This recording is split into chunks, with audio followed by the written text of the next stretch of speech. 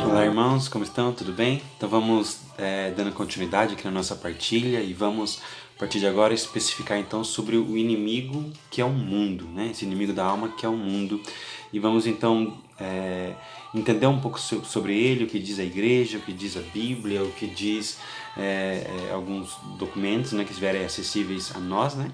Então, e aí vamos nos aprofundando nisso para entender, né, depois os conselhos, né, que São João nos dá para enfrentar então o mundo.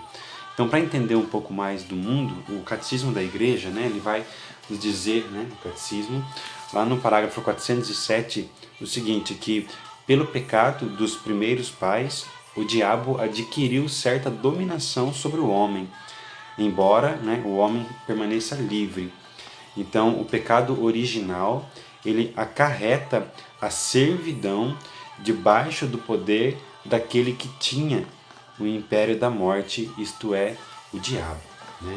Então nós vemos que o diabo, né, que a palavra vai dizer que é tido como príncipe deste mundo, ele seduz o homem.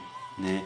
E aí, essa sedução do homem, aí, o que é o espírito do mundo? É o conjunto, né, onde habita o homem, então a sociedade, né, é onde tem ali o conjunto de pessoas, então é um costume, é a cultura, é a forma de pensar que vai seduzindo o homem. Então o diabo, já desde o pecado original, ele foi criando situações para escravizar o homem, e aí essa escravidão que vai gerando ideias, formas de pensar, então, ele vai anestesiando o pensamento do homem, vai anestesiando a forma do homem se colocar diante das coisas de Deus, diante do pecado, diante daquilo que é certo, daquilo que é errado, daquilo que é bom, daquilo que é ruim, como se já não houvesse diferença mais, né, do bom e do ruim.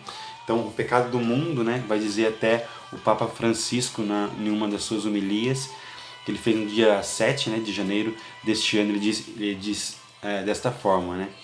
O espírito do mundo é representado pelo esquecimento.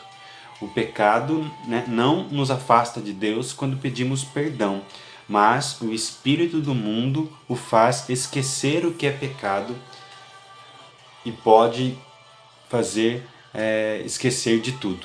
Né?